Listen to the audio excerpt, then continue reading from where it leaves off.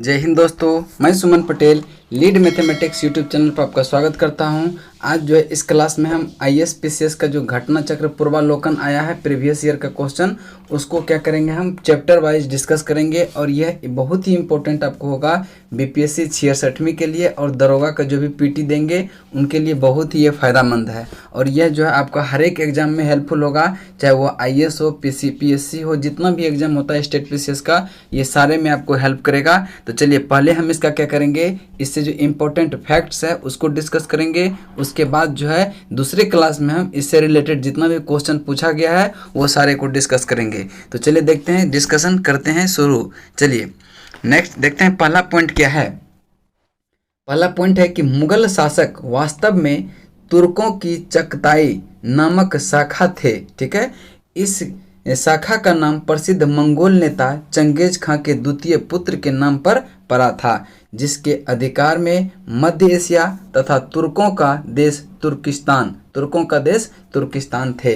Next point देखेंगे, कहते हैं कि बाबर का पूरा नाम जो था वह जहीरुद्दीन मोहम्मद बाबर था। क्या नाम था? बाबर का पूरा नाम था जहीरुद्दीन मोहम्मद बाबर। इसका जन्म जो है 14 फरवरी 1483 को, इसका कब हुआ था जन्म? बाबर का जो जन्म हुआ था वह हुआ था कब? 14 फरवरी 1483 ईस्वी को फरगना में। फरगना मध्य एशिया का पार्ट है जो कि अभी उज्बेकिस्तान में पड़ता है। देखिए, उमर शेख मिर्जा एवं कुतलुब निगार खानम के घर हुआ था।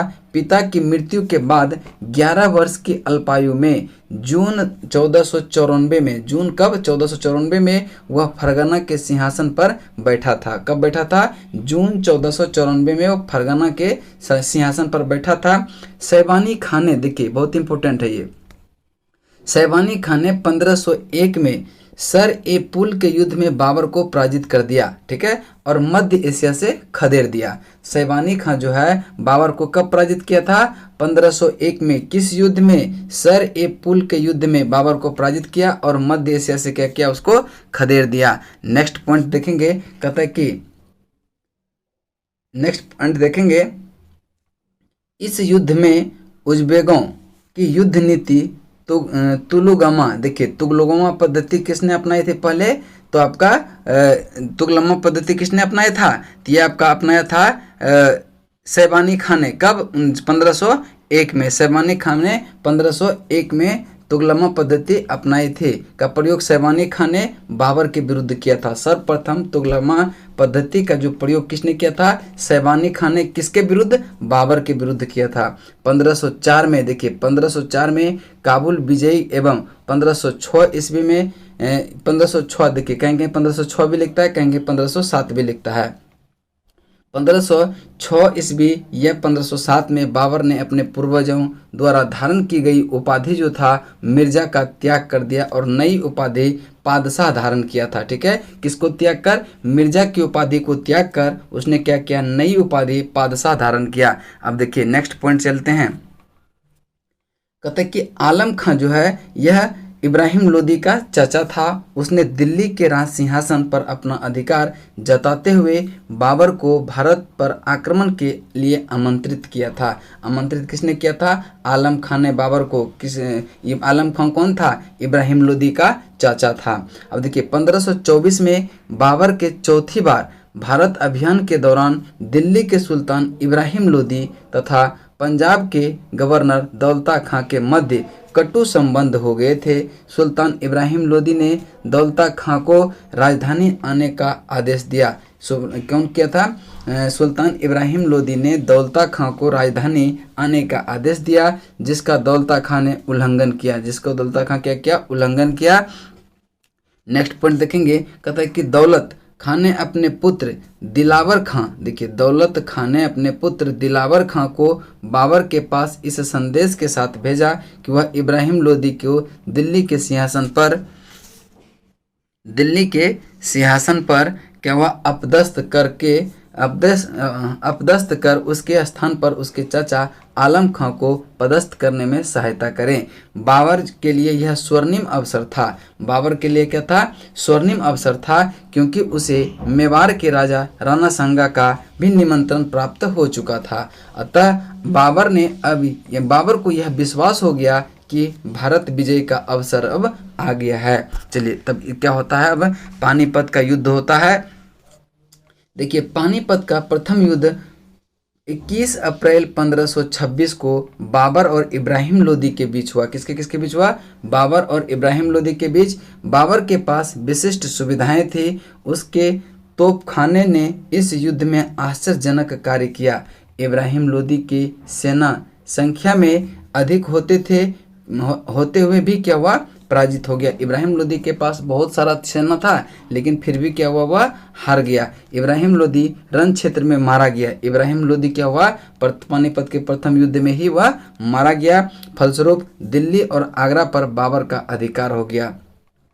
फलस्वरूप क्या हुआ? दिल्ली और आगरा पर बाबर का अधिकार हो गया। उसके बाद देखेंगे नेक्स्ट पॉइंट क्या कह रहा है। कहता है कि 27 अप्रैल 1526 को बाबर ने अपने आप को बादशाह घोषित किया। अपने आप को बादशाह घोषित कर भारत में मुगल साम्राज्य की नींव डाली। तो यहाँ से क्वेश्चन ये पूछ सकता है कि बाबर ने अपने आप को बादशाह कब घोषित किया? तो 27 अप्रैल 1526 को अपने आप को बादशाह घोषित किया और मुगल साम्राज्य की नींव डाली। नेक्स्ट पॉइंट देखेंगे क्या कहता है। बाबर ने तुलुगामा युद्ध नीति का प्रयोग पानीपत के प्रथम युद्ध में किया था। तो बाबर ने जो है तुगलमा युद्ध नीति का प्रयोग कब किया था? पानीपत के प्रथम युद्ध में किया था। तुगलमा पद्धति का मतलब यहाँ समझते हैं। तुगलमा पद्धति का मतलब होता है कि कुछ आगे से सेना भेज देता था, कुछ जो है पीछे से सेना भेजता, यानी कि छुप कर वार करना, उसी को क्या कहते हैं? तुगलमा पद्धति।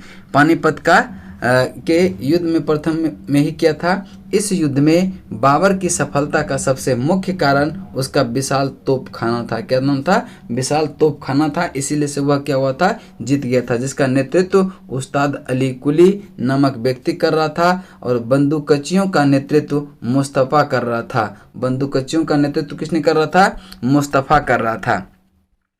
चलिए नेक्स्ट पॉइंट अब चलते हैं। नेक्स्ट पॉइंट कहता है कि बाबर के उदारता के कारण लोगों ने उसे कलंदर, कौन सा? कलंदर की उपाधि प्रदान किया था। कलंदर की उपाधि प्रदान किया था। भारत में सर्वप्रथम पानीपत की पहली लड़ाई में तोपों का प्रयोग किया गया था। भारत में सर्वप्रथम कब जो है तोपों का प्रयोग किया गया था? तो पानीपत की प्रथम लड़ाई में।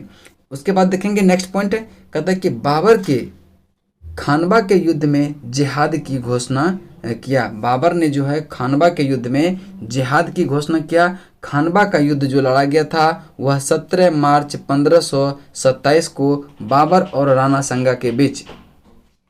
इस युद्ध में राणा संगा पराजित हुआ। इसी युद्ध में विजय श्री मिलने के उपरांत बाबर ने गाजी का मतलब होता है काफिरों को मारने वाला की उपाधि धारण किया था। बाबर ने उपाधि धारण किया था किसका? गाजी का। चलिए नेक्स्ट पॉइंट चलते हैं। नेक्स्ट पॉइंट है आपका क्या कि 1528 में बाबर ने चंदेरी के किले पर अधिकार कर लिया। युद्ध में मेदिनी राय मारा गया। घाघरा का युद्ध जो हुआ था वह 5 मई 1529 को बाबर और महमूद लोदी के मध्य हुआ था। इस युद्ध में बाबर विजयी हुआ। बाबर का वह अंतिम युद्ध था। बाबर का यह क्या था? अंतिम युद्ध था। नेक्स्ट पॉइंट देखेंगे कहता है कि इस विशाल साम्राज्य की शासन व्यवस्था को सही ढंग से चलाने के लिए बाबर ने एक प्रदेश से दूसरे प्रदेश अलग अलग व्यवस्था की। भारत से बाहर बदखवा का शासन हुमायूं, मीर फख्र अली, हिंदाल तथा मिर्जा सुलेमान को प्रदान किया गया। अब देखिए नेक्स्ट पॉइंट क्या कहता है कि कमरान को काबुल, कंधार एवं मुल्तान का प्रशासन दिया गया। कमरान को किस क्षेत्र को दिया गया? काबुल, कंधार एवं मुल्तान का प्रशासन दिया गया। और मीर यूसुफ अली को पंजाब का गवर्नर नियुक्त किया गया, जिसके नियंत्रण में भीरा, लाहौर, दीपालपुर, सियालकोट, सरहिंद तथा हिसार फिरोजा सम्मिलित थे। अब देखिए नेक्स्ट पॉइंट है हिसार जो है फिरोजा से लेकर बलिया तक के प्रदेश तथा बयाना, चंदेरी एवं ग्वालियर तक के प्रदेश में बाबर ने एक नवीन शासन व्यवस्था कार्यान्वित की। इस प्रकार बाबर का साम्राज्य बदखवा से बिहार तक फैल गया था, किंतु आधुनिक राजस्थान का क्षेत्र उनके साम्राज्य में शामिल नहीं था। तो कौन सा क्षेत्र उसके शामिल में नहीं था? आधुनिक, यानी अभी जो राजस्थान है वह क्षेत्र उसमें शामिल नहीं था। यह क्षेत्र उस समय विभिन्न राजपूत शासकों के शासन के अंतर्गत थे। चलिए नेक्स्ट पॉइंट चलते हैं। अब कहते हैं कि मुगल साम्राज्य के आधारशिला रखने वाले जहीरुद्दीन मोहम्मद बाबर ने अपने जीवन संबंधी घटनाओं को एक ग्रंथ में स्वयं ही लिखा है। इसे जो है तुजुक ए बाबरी या बाबरनामा कहते हैं। बाबर